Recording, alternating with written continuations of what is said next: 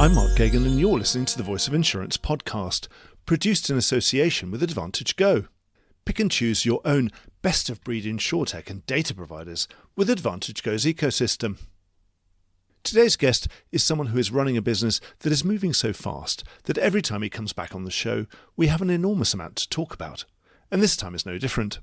Today, Jeff Radke, CEO of Accelerant, is talking to me after a transformational 12 months that has seen his young business continue its heightened growth and IPO on the New York Stock Exchange. At the Voice of Insurance, we've been lucky enough to follow Accelerant's story at first hand since Jeff's first appearance 4 years ago. The proposition is as tantalising as it's always been. Good MGAs need stable capital, strong underwriting insights, and ultra-efficient processes, while insurers, reinsurers, and other capital providers want access to stable, diversified portfolios of profitable insurance risk on a meaningful scale. Accelerant's job is to connect everything and everyone up and make sure everybody in the chain can make money and be happy. It sounds simple, but in a regulated industry, this can be anything but simple in practice. As Accelerant's platform grows and becomes the conduit for low single-digit billions in premium volume via over 250 member MGAs, its more mature state is coming into view. The business is evolving to become something far more like a genuine intelligent insurance exchange and underwriting management platform than a mere fronting or hybrid carrier. This conversation is the best and most transparent I've had with Jeff so far. Talking to Jeff, it's easy to see why so much business has flowed in Accelerant's direction. Jeff has had huge tech-enabled trends on his side, but he also has charisma in abundance. But then so do many in our business. It's only when that charisma is combined with the deep knowledge of someone who has sat at almost all points of the insurance and capital value chain in his career that it becomes such a powerful combination. Listen on, this is a very rich conversation that I can highly recommend to anyone interested in what large swathes of the insurance market are going to look like over the next decade and beyond. Enjoy the podcast. Jeff, welcome back to the Voice of Insurance. It's really great to talk to you again. It's great to be back. How are you? I'm really, really well. Well, how are you, more importantly? Because obviously every time we have a gap, when you have a business that's quite young and it's growing really fast, the business is so different and we have so much to talk about since we last spoke because, time moves faster for you. You're going hell for leather. Of course, since we last spoke, you've become a public company. That's a big deal. So give us the rundown of that. What was that like? And what's that given you? And obviously, how's that changed your role? Well, I think it's an obvious question, but a good question, Mark. How has it changed things? It was a pretty important milestone for Accelerant, for the people that work at Accelerant, but also, or maybe especially, for our MGA members and the risk capital partners that were designed to make successful. It was a milestone, and it gives us a number of different advantages: permanence, independence, clarity of purpose. But really, I'd be fibbing if I said we got back to our desk later on that day and got to work. It was the next day. But it was the next day, Mark. We started worrying about our members and how to make them more successful and how to make more underwriting profit for our risk capital partners the very next day. So an important milestone. When I say important, the reason for that, I think, is, again, independence, permanence, and clarity of purpose as a risk exchange. Obviously, you're the CEO of a private company that's building away. You're moving really fast. Now you're the CEO of a public company. You're looking towards your next quarterly results and all that kind of stuff. Has it changed your life? And also the way you're focused as well? It's changed my life. It's changed probably 3 or 4 other people that work at Accelerant. Fundamentally changed their jobs anyway. The good news, 600 and something odd people, it hasn't changed their lives. And let me explain what I mean by that, Mark. As a private company, one of the things that I have always really enjoyed is being as transparent as you can possibly be with your bosses about the strategy and what's going well and what you're worried about and what's next and how you're thinking about the market. And we try to bring as much of that as we can to being public. And I say as much of that as you can. There are constraints that everyone knows, right? Reg FD, et cetera, in terms of disclosure and keeping non-public information confidential. But I think those are the edges. I think what's really important is that Accelerant continue to be the clarion call on transparency, right? Here's our business. Here's how it works. This is what we're doing. This is what we're going to do next. In baseball, to use an American sports analogy, sort of calling your shot, like say, pointing to the left field fence and saying, that's where we're going to try and hit it. As a new company, Mark, we've got a lot of work to do and we can always get better. making sure that our shareholders and prospective shareholders, as well as the analysts and everyone in the community, understands how we're thinking about the business, how we're trying to grow that risk exchange. And I'm not sure you can hurry that. It's a process. And also that model has evolved. I mean, at the beginning, when we first spoke a few years ago, you'd say, you're an enabler of MGAs and you'll do that by any means possible. And the best way of enabling that at that time in that market would be, we need to be a carrier ourselves so we can provide them with long-term paper. Obviously, we have those relationships with our reinsurers, with other capital, but we're providing that permanence. And also we're taking all the analytics side of things out of the equation as well. And so we're just basically becoming a place where a top underwriter can come and plug in and kind of know that Jeff's taking care of all the other stuff. And I can concentrate on being a good underwriter and growing my business in whatever particular niche I'm in or whatever it is that I'm really good at. You sort of evolved from there, haven't you, really? So run us through it. We spend a lot of time and energy and effort making sure that the value proposition for our members remains as strong as ever. And what is that value proposition? Long-term, stable capacity that lets them get on with it. As you said, Mark, their real business. Data and analytics, which make them much, much better underwriters, meaning they know where to grow and where not to grow. And that has driven historically, and we believe it'll continue to drive really, really high quality growth inside each of our members. And then the last thing that we say is our job is to facilitate our members monetizing every opportunity they have. So they've got distribution relationships, they've got experience in selecting risks and underwriting. All sorts of opportunities come out of that. And what we hear from our member MGAs over and over again is, I'm capturing about 80% of the value or 70% of the potential value because I can't find anyone that'll do this little product thing, which would just round out our proposition. And what we try and do is be flexible and find a way to fill it in and so that all their opportunities can be taken advantage of.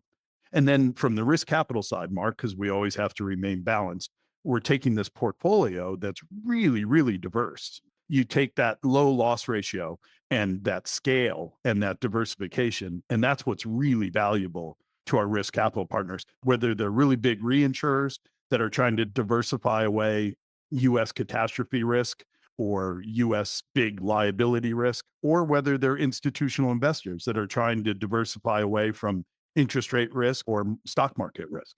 So on both sides, we're trying to deliver what they need. But also, I suppose since we last spoke, you've probably brought in more first-party insurers, risk capital partners, or how you'd like to describe it. I'm delighted to say that we've got over 15 insurance companies, including the ones we own, over 15 that are operating on the risk exchange as insurers. And generally speaking, Mark, I think you know this, but for your audience, that splits into three broad categories, at least the way we think about it. The insurance companies we own, and we really use those, as you pointed out, Mark, as a conduit to bring business to those reinsurers and institutional investors acting as sort of SPV reinsurers. They need that conduit from a regulatory perspective. So we don't retain very much risk at all. Just under 10% is where we are now. So we're using the insurance companies we own mainly as a conduit. There's another host of companies that call themselves hybrid fronters, and they retain a relatively low amount of business, 10 to 15%. And the balance goes out to those same risk capital partners that we talked about. And again, really valuable to have multiple conduits because of regulatory reasons and competitive reasons. And then there's a group of more traditional insurers that are writing the business because they're excited about writing the business on the risk exchange because of the control that the risk exchange and Accelerant gives them, the granularity of the data, et cetera, all sorts of advantages. And they tend to either retain all that risk or look after themselves in terms of their reinsurance arrangements. But you said something really important, Mark. The way we get that business to our risk capital partners is a contract of reinsurance. Yes. But we don't think about it the way I historically have over the past 30 years of my career. We're not buying reinsurance as a hedge. We're not trying to take out the peaks of our exposure. We're just sharing that business. You think we're much more of a quota share in the way that I used to broker Spanish business into London. It said reinsurance on the slip, but it wasn't really reinsurance. It was actually insurance. And there was a bit of co-insurance, and you expected that. And that, the local market retained something and they were fully in touch with that risk, but we were writing it all together really. And probably these days it would be much more likely to be written as insurance because of the way that freedom of services within the EU has advanced, and it would be written by Lloyd's Brussels or whatever. But back in those days, it hadn't really developed that much. In the mid-90s, it hadn't quite existed. So it's much more like that. Exactly. But the ethos is very different, right, Mark? Yeah. I know when you were an underwriter, you did the Spanish business where you felt like you were doing insurance. And then you also wrote reinsurances where you knew it was real reinsurance. Yeah. You were getting just a portion of the exposure. And what your cedent was doing was trying to optimize its retained portfolio. Yeah. There's kind of pure reinsurance and kind of, insurance by another name. But it's very interesting, that relationship. So those other carriers, again, but they're on the Accelerant platform. And so effectively, you are charging them to be on that platform. And also, perhaps with those other carriers, do you have a lot of commonality in terms of the reinsurance relationships that you all have? Presumably, somebody might be there backing your underwriting, Jeff, the one that's on your owned balance sheets. Do you get a lot of crossover? Are they also backing some of your other partners? Almost always. And when you say some overlap, what I would say, Mark, is it's rare when we get differences. It's very rare. It's generally a panel of risk capital partners that share in pari passu slices of the portfolio, regardless of which insurance company was the issuing carrier. And the important distinction there, Mark, is the component of our risk capital partners that are traditional insurance companies, they quite often retain that risk. Yeah. And what are they buying into there with you? Are they buying that distribution that you have because you've got the members? I think they're buying distribution, so access to the business. Yeah. They're buying the platform. And when I say the platform, what I really mean is they're buying that transparency of data where at a moment's notice, on my phone, I can look up how the Mark MGA is performing, both in terms of what's your renewal hit ratio, is your loss emergence better or worse than expected, how much of your portfolio is vacant property versus more traditional risks. All that stuff is available immediately. And we're told that that's very atypical of other insurance companies. Certainly my experience before Accelerant, I never worked anywhere where I had that degree of transparency or control. So do you think at some point you could retire your insurance companies because you won't need them anymore? Because you've become a far more pure marketplace, a genuine risk exchange as you're describing it, where it's all your smarts and your access and you're just the glue that's holding this whole thing together. And of course, none of them can do it without you. And you're this essential sort of utility in the middle. I think we're there, Mark. We own 5 insurance companies that retain very little risk. Essentially, it's just the regulatory requirements. And as we hit scale and the portfolio gets bigger and bigger, the insurance companies frankly don't matter much at all. And increasingly, we're seeing that with investors. They understand that the third-party insurance companies are growing bigger and bigger as a proportion. But importantly, the investors that understand our model best understand that whether we own it or we don't own it, to a large degree, these things are just pipes to the ultimate risk partner. On our first earnings call, there was some consternation about Hadron as one of our risk exchange insurers. In fact, as of the second quarter of this year, they were our largest risk exchange insurer. And I think investors and analysts, less so analysts, I think investors were a little bit concerned about that. And I think their concern came from the fact that Altamont, our primary financial sponsor, also was the owner of Hadron and related party. And while it was disclosed, was it fully understood? Perhaps not. I think what I'd say is that there's not a lot of smoke here. There's not even a lot of noise. Hadron is indeed one of our risk exchange insurers. We pay them market rates, 5-ish%, just like everyone else from a fronting perspective. They will become a smaller and smaller percentage going forward. Switching has costs, right? Those costs are mainly borne by our MGA members. If they have to keep switching paper, it's hard for them, expensive, and not a great look to their distribution source. So we're going to do this responsibly, but everyone should understand that Hadron is a valuable partner, and we've got 7 other valuable partnerships, and Hadron will grow more slowly. In other words, it will mix down, and there are many, many different conduits that we could rent, i.e. many, many hybrid fronting businesses that we can do business with. In terms of those partners that you've got there, the ones that are side by side with you on the insurance side, are they buying into your analytics platform as well? Or are some of them saying, well, I don't really need that, I've got my own thing? No, the exact opposite. Two different insurance companies have said, me accessing the Accelerant portfolio on the platform has been great, and I want to continue to grow that. Is there a way that I could put my non-Accelerant business on the Accelerant platform?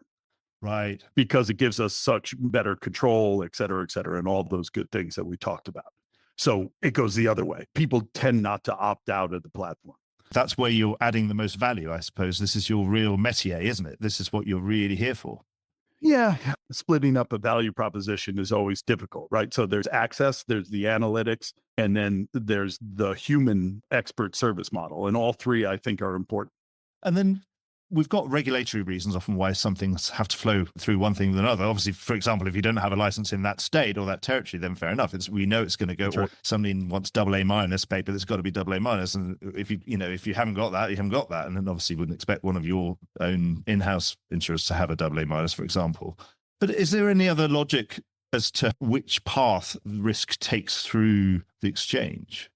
You hit those pretty well, Mark. There's regulatory constraints. We need to find an insurance company that has a license to sell workers' comp in Nebraska. Where that came from, I don't know. And that's the way it is, right? Then the second thing after regulatory is a two-sided coin. On one side, the rating and size. Some businesses, is much more credit sensitive than other business. And then the other side of that coin is appetite. There are insurance companies, traditional insurance companies, that have strong points of view about what they want or what they don't want. So you have to combine that. And then the third thing is competitive tension. So everyone is looking to diversify their portfolio. So if you had an insurance company that had a particularly large amount of, Nebraska workers' comp, they wouldn't get excited about Accelerant providing them access to more of the same. What they would get excited about is artisan contractors in California. How do I access that? That would be very valuable to them. Generally speaking, for many of our insurance company partners, risk exchange insurers, they're not companies that you would say are experts in the specialty market because they feel like they can do that themselves. They are insurance companies that were relatively underrepresented in the specialty space. And they view Accelerant as a experience proven way to access a specialty portfolio at scale with the data and analytics that is really expensive to build on your own, really expensive. That sounds like someone who's speaking from experience there, Jeff. Yeah. Jeez, I am. Of course, the trouble with all this technology investment is you think you're done by the end of year 3 or whatever it is. And then, of course, but then you have to pay a certain amount every year to keep it going. And then about every 3 years, you have to rebuild it and start again anyway. Or it feels like it. That's right. And you have to remember that every new feature or every new capability is taken for granted in 9 months. There must be an equivalent of a Moore's law of how quickly we expect. Yeah. And it requires maintenance as well, doesn't it? So you keep putting new buildings everywhere, and then after 5 years, the paint starts peeling, and you need to start sort of revarnishing all the doors. Right. That's right. Yes. And I have to say, if you look at dollars, Mark, in all honesty, if you look at dollars of investment, the maintenance costs for us sort of pale in comparison to the investments that we're making in pushing the edge of the envelope. And you know where I'm going. Yeah, I think we got this part exactly right. We said, boy, do we need data. Boy, do we need high quality data. And boy, we don't need a trillion rows of the same stuff. What we need is really broad data, lots of risk attributes. And we need to set up a platform that's designed that way, which is completely atypical of insurance systems, right? As you remember, Mark, your policy administration system, it has we're looking at about 5 things. Yeah. 5 things. And that's how many you get to store, right? And I'm not sure what our number was. At the IPO, I remember we have 21,000 unique risk attributes. I'm sure that's gone up by now. Because you might actually find the one that actually makes people top quartile. That one. Yeah. If you don't measure it, you can't test the hypothesis, can you? And you start to get really, really interesting, curious things where, hey, growing north of the river is incredibly profitable, and growing south of the river is not because of property things. And we don't know why. There's another factor. Because of demographic. It's because of which football club they support, Mark, to be honest with you. No, absolutely. Absolutely. There's people from the wrong side of the tracks. Yeah, exactly. Well-behaved versus less well-behaved. Yes. Yes, we all know that. I'm always asking people about AI. It seems like a really good time to talk about it now. Because I've seen this in London. Some of the early movers who've made the investment are then having built a platform and now saying, well, showing that to other people to say, you might want to use this because I've spent the time building it and I've proven it to be successful. Because, of course, if you can collect 25,000 columns, you really need something incredibly powerful to be able to really crunch that, because you're getting beyond human capability at that point. Has that been your best application of AI, is to really get through those 25,000 columns and say... So there are three main value drivers, the way we think about AI. And I'd like to say machine learning and AI, if that's okay, Mark, because I think a lot of this is machine learning. The star of the show, without a doubt, is what we call insurance intelligence, which is which claim is more likely to have a subrogation, which claim is more likely to be litigated or blow up, so that you focus on the right claims. Should you grow north of the river or south of the river? Should you write in an affluent area or a less affluent area? All that insurance intelligence is really sexy stuff and gets insurance weirdos like me really excited. And that's the heart of it, right? Where we're building risk scores for all of our products. And what that does is it, along with our member MGA's expertise, it lets them grow much more profitably and much more quickly. But then there are two other areas which I think might have a bigger impact in the end on more people's lives, not to be too grandiose. But the first one is, how do you make the platform work more efficiently? And I don't know what the right analogy is, Mark, but maybe I'll use airplane travel. Do you remember when we first started working, what a pain it was? The paper tickets, I mean, just the whole thing, and checking in, and how did you get through customs? Everything was so hard compared to the way it is now. And what we're seeing on the platform is AI is just taking away friction. The best example is probably underwriting referrals, which used to be all these emails ping-ponging around. Yeah. And now it's on the platform where AI is helping out our members fill in what they have to fill in, or it loads it from their system. I think our members told us that we're saving like 12,000 hours a month of member time just on underwriting referrals. So making the platform run smoothly takes a lot of friction out of the system. And then the third pillar is operations, and how does the money move, and how does the paper move, and how does the reporting move? We are getting so much faster by applying AI to those roles and being less reliant on the people turning the handle. Yeah, I'm sure you hear this all the time. What we're doing is we're allowing our people to step back, design the process, monitor the process, but not do the process. And I don't know whether you call that 10 times faster, 5 times faster, but speed is what matters. People talk about cost. I think that's wrong. I think the real differentiator is, how fast can we get value from an insured to our MGA member to the risk capital partner, and how much friction can we take out? Because that's where we really want to compete. That's sort of the vector that we'd like to compete on, because we think it's such an important thing. You know, the straight through processing, that, and also that ability to pass that risk around really quickly without any friction, without having to sort of, create a new submission, take another 10 points commission off, and end up with no value at the end of it. 3 weeks and 3 weeks. Yeah. And the lack of information by the time you get to the retro. And of course, you've lived in the retro world, Jeff. You kind of know how little information you may have by the time it gets to you. What is it? I don't know what I don't know. You know a name. There's a name on the slip, and that's about it. And it's like, do I like that name or not? And that's about it. And then you got to rate online, and that's about it. So it's good to have that conversation, because we can see the direction of travel that you're on. Yeah, again, to be that glue that's holding all that thing together. But not, glue's not a bad analogy, isn't it? More like the oil, that's like letting it fly around quickly, Or are we the conductors? Are we the wires that are connecting and letting it move, sort of like electricity? And similarly, I don't know much about transmission and distribution of electricity, but I'm sure it's way more complicated than I think it is, right? Yes. But it just disappears. You turn on the light switch and it works almost all the time. That's not a terrible analogy for what we're going for, right? Which is, inside, underneath that platform, is there a wickedly complex regulatory, operational data thing that has to get connected and has to self-heal itself because the information flows change all the time, et cetera? Do we have to do all that? Yeah. And when we're doing our job best, it's completely invisible, and we're just the rails on which specialty insurance runs. And no one thinks about all that underlying complexity, because we take care of it. You already pretty geographically diverse. You started over in the UK, been in the EA, Canada. Should we expect any more? Is that kind of you're done in terms of what you've built? Or obviously, there are other continents available? Certainly not done. And I guess the way we think about it, Mark, is you can call them MGAs if you want to be more philosophical. Maybe what they are is just the natural extension of what we see happening everywhere in every industry throughout the world. And more specifically, as technology becomes cheap enough that it's no longer a huge hurdle, the cost, what you're seeing is empowered individuals are breaking off from these big monolithic institutions. Think about investment advisors. Great analogy, right? 1985, for sure.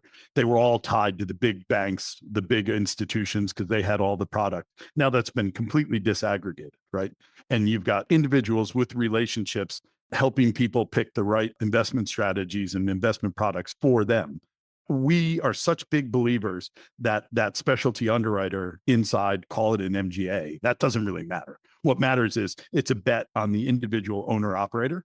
And we'd make that bet in the countries that we're in today.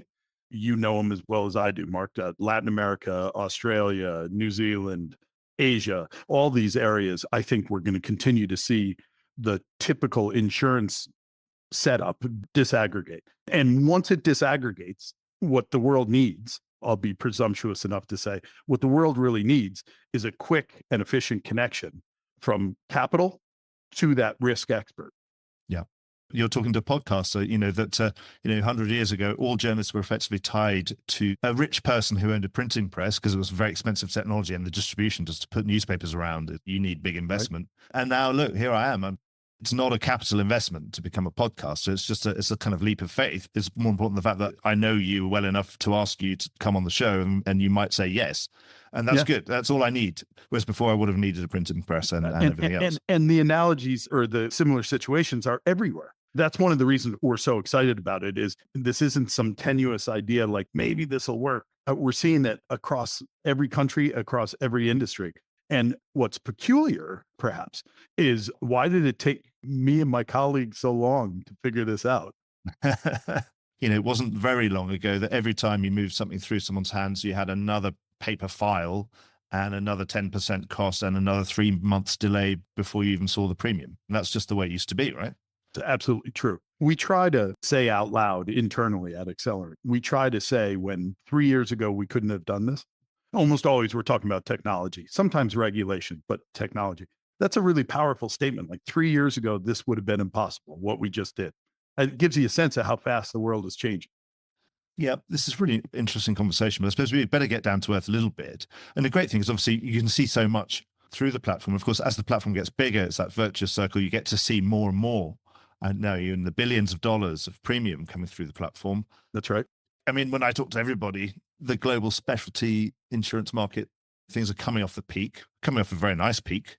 So are you in a moment where you're feeling that the growth is going to be harder to come by for those individual underwriters at least? But I suppose you in the aggregate, I presume you've still got plenty more members out there who are not members yet, who you'd like to be members. Future members.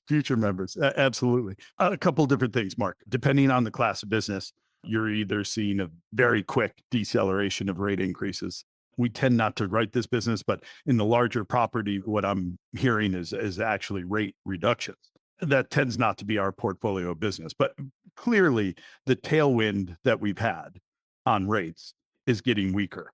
The one thing I would say, Mark, is on our portfolio, the good times were about an 8% rate increase. I think there was a year we had 13, and we were a much smaller business then, but I think we had 13. I guess my point is the small to medium-sized business, you don't get the 40% up and the 40% down like you do on big property or reinsurance, where I used to spend more of my time. Yeah, because we're all the actions at the margin and the margin's fluctuating all the time. Yeah, exactly. So the rates didn't help us out all that much, but that 8% is going down for sure. Yeah. So the good news is if you think of our growth rates, which have been way, way higher than 8, about 80% of our growth every year comes from existing MGA members growing their portfolio. This is unscientific. About a third of an existing member's growth comes from new products. 2/3 comes from just grinding it out better on a product that has been with Accelerant at the beginning of the year. We see no slowdown other than rate moderation. We see no slowdown in our members using the data and the insights we provide. We see no slowdown in our members being able to grow really nicely and really, really profitably. And then new members, as you said, Mark, the MGA world is gigantic. They're constantly creating new ones. But on top of that, there's many, many, many really talented underwriters that are not yet Accelerant members, but they will be in time. Obviously, you've been a first mover and you've got to scale quickly, which is, I think, is always a good thing. Perhaps with the wider market not growing quite so easily organically, we've had an explosive amount of growth in the hybrid carrier space. Then, your peer group has got quite a big number in it. At this stage in the cycle, we've already seen carrier MGA. Of course, the brokers are always taking each other over. That's fine. But the carrier M&A started to kick in. Do you think that would be logical to see consolidation within your space for those that haven't necessarily got to scale coming to have a word with you? And of course, now you've got a currency, you've got Accelerant stock. Or do you think it would be different from that? It'd be more Darwinian to say, well, actually, they're just going to wither on the vine and we're going to be here and we're going to carry on growing that way? I think in the beginning of your question, you were sort of saying that hybrid fronting space. Yes. You have a lot more peers than when we first spoke. Yeah, that's right. 26, someone said? It's a lot, yes. And again, for us, that's an enabler. The main show for us is the risk exchange, right? The data and technology enabled risk exchange. That's the main business.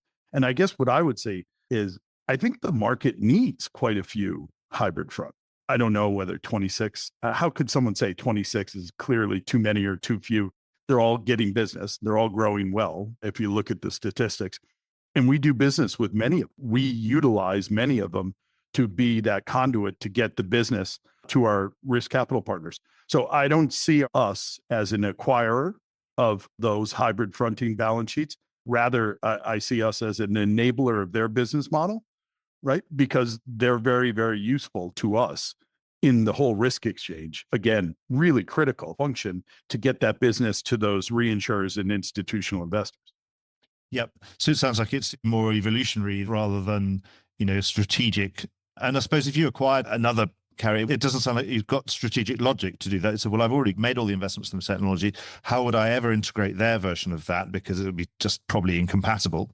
I think that's right. And I also think most hybrid fronting companies, I would say, do not over-index on investment on the data side. Their business model tends to be a little bit tight on the margin to do those kinds of investments. But that's sort of a sideshow, Mark. There's not a strategic reason for us to own more insurance companies than we own. We love the fact that several of these hybrid fronting companies are important partners with us in terms of being risk exchange insurers.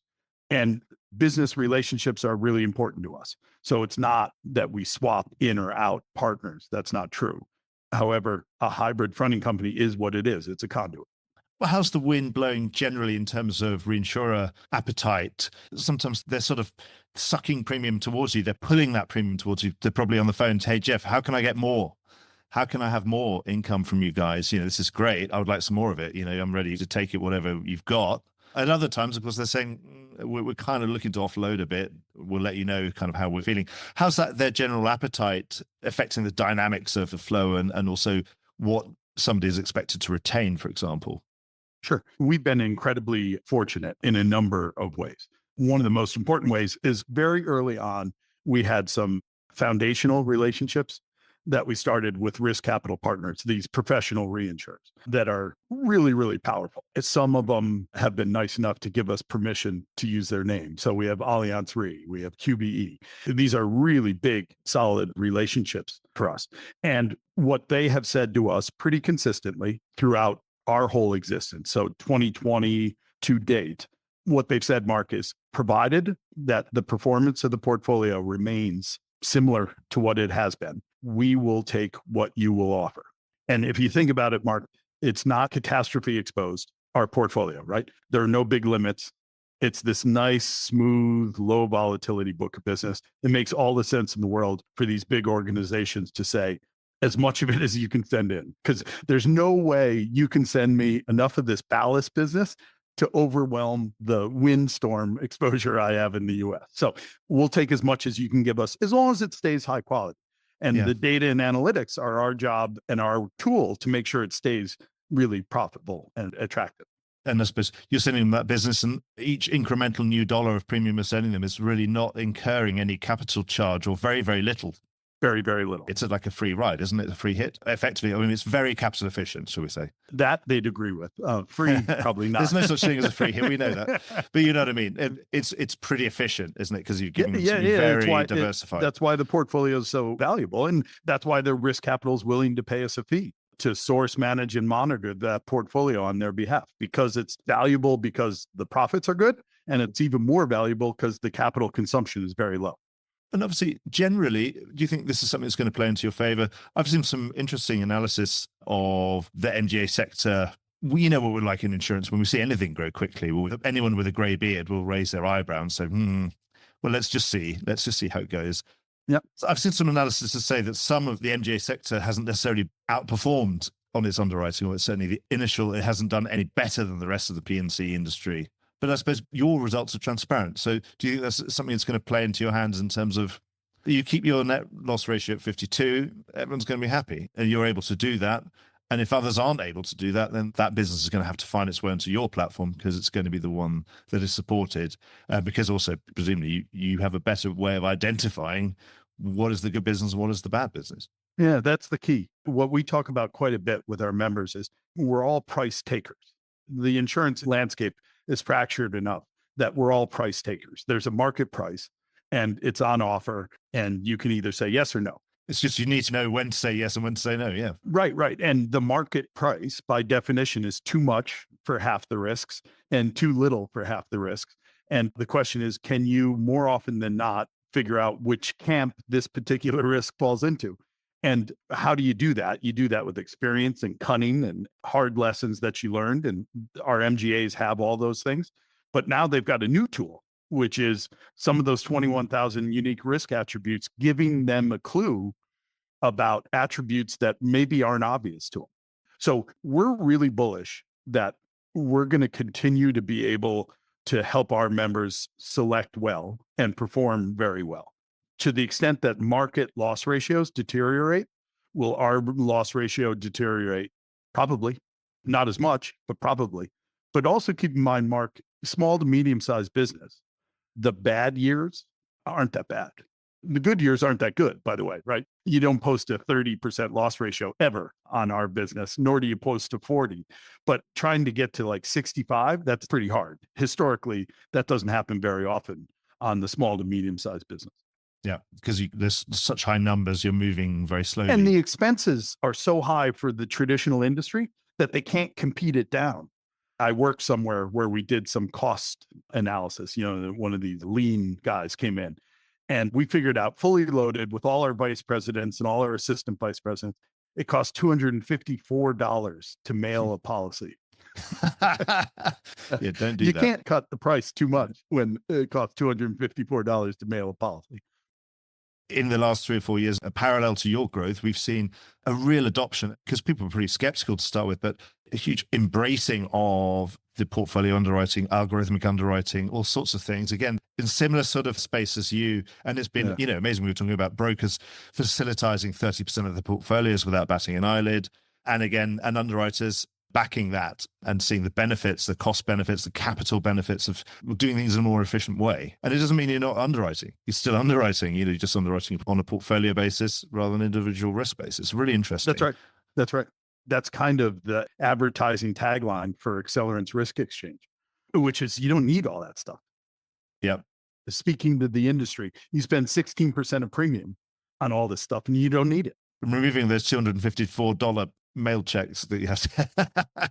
You're not kidding. If you keep doing it, yeah, I'm sure if you do it in London, it's going to be $500, whatever you do. I mean, insurance never seems to be done in any cheap cities. It's all London, New York, Zurich, and go and buy a coffee and it costs you $10, whatever you do, whichever place you go to. Let's not forget Bermuda. You can't leave Bermuda out of that topic. Yeah, Monaco, and goodness knows wherever else. Yeah. Jeff, I've come to the end of my questions. I think the amount that's changed since we last spoke is amazing. So we need to make sure that it's 2026 and we're talking. Well, of course, the great thing is that you will have 4 different quarterly results between now and then. Yes. I can do all my homework because of all that transparency that the being on the stock exchange is going to force upon you, which is fantastic. It just means that we'll have a more advanced conversation where I'll have to come up with better questions. So I look forward to it. October of 26th. It's a date. okay. Thank you so much, Jeff. Not at all. Cheers. Great to see you, Mike. Thanks. Well, I hope you enjoyed today's episode. If you did, don't forget to subscribe or leave a like or a review or recommendation on whatever podcast platform you used to access this program. These really help get the word out. Before we go, just a quick reminder that advertising slots are available here and in other places in the Voice of Insurance podcasts. Podcasting is the fastest growing medium and attracts a high quality audience of key decision makers. It's also an intimate medium where you, the listener, are right in the room with me and the interview subjects. Needless to say, that means it's a great way of getting your message out directly to an audience because you know you've got their full attention. It's also very cost effective. So get in touch with Mark at thevoiceofinsurance.com to find out how you could be speaking directly to the industry. The Voice of Insurance podcast is produced in association with Advantage Go, enabling enterprise-scale underwriting through a single pane of glass. Voice of Insurance is produced by me, Mark Gagan. Music was written by Anna Gagan and produced by Carlos Gagan. Check out more podcasts and written comment pieces at www.thevoiceofinsurance.com.